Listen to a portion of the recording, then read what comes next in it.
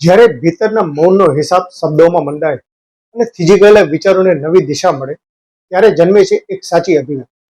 નમસ્કાર મિત્રો, હૃદયના અંતરનાદથી મસ્તિષ્કના ગહન મંથન સુધીની આ યાત્રામાં હું છું આપનો સાથી પુનિત ઠક્કર અને આજે આ વિશેષ ક્ષણે આપ જોડાયેલા છો અભિવ્યક્તિ સાથે. આગામી 26 એપ્રિલના રોજ ગુજરાતમાં મહાનગરપાલિકા, નગરપાલિકા અને પંચાયતોની ચૂંટણી યોજાવાની છે. પણ મને ડર છે કે તમે ફરી એ જ ભૂલ કરશો જે છેલ્લા કેટલાય વર્ષોથી કરતા આવ્યા છો.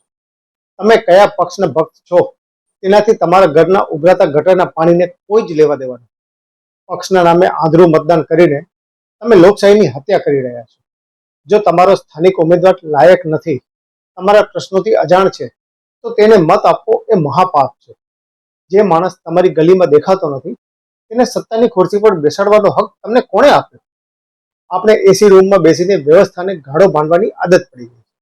પણ જ્યારે સાચા અને લાયક ઉમેદવાર માટે અવાજ ઉઠાવવાનો સમય આવે ત્યારે આપણી જીભ સિવાઈ જાય છે.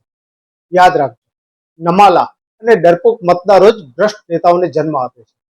જો આજે તમે લાયક ઉમેદવાર માટે નથી લડી શકતા તો આવનારા 5 વર્ષ સુધી મોઢું બંધ રાખીને અન્યાય સહન કરવાની તૈયારી રાખજો.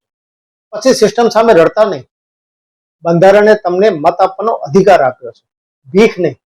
તમે નેતાઓના માલિક છો, ગુલામ નહીં. ચૂંટણીના દિવસે જે નેતા તમારા પગ પડે છે, જીત્યા પછી એ જ નેતા તમને ઓળખતા પણ નથી. આનું કારણ તમે પોતે જ છો. તમે ક્યારેય જીત્યા પછી નેતાનો કોલર પકડીને હિસાબ માંગ્યો છે ખરો?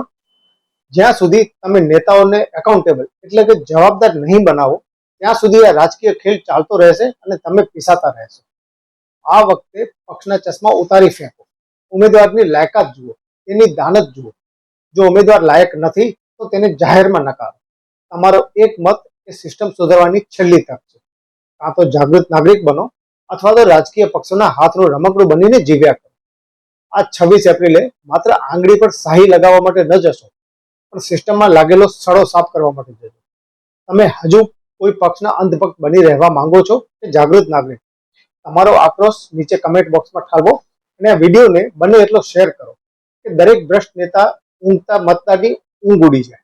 જય હિન્દ.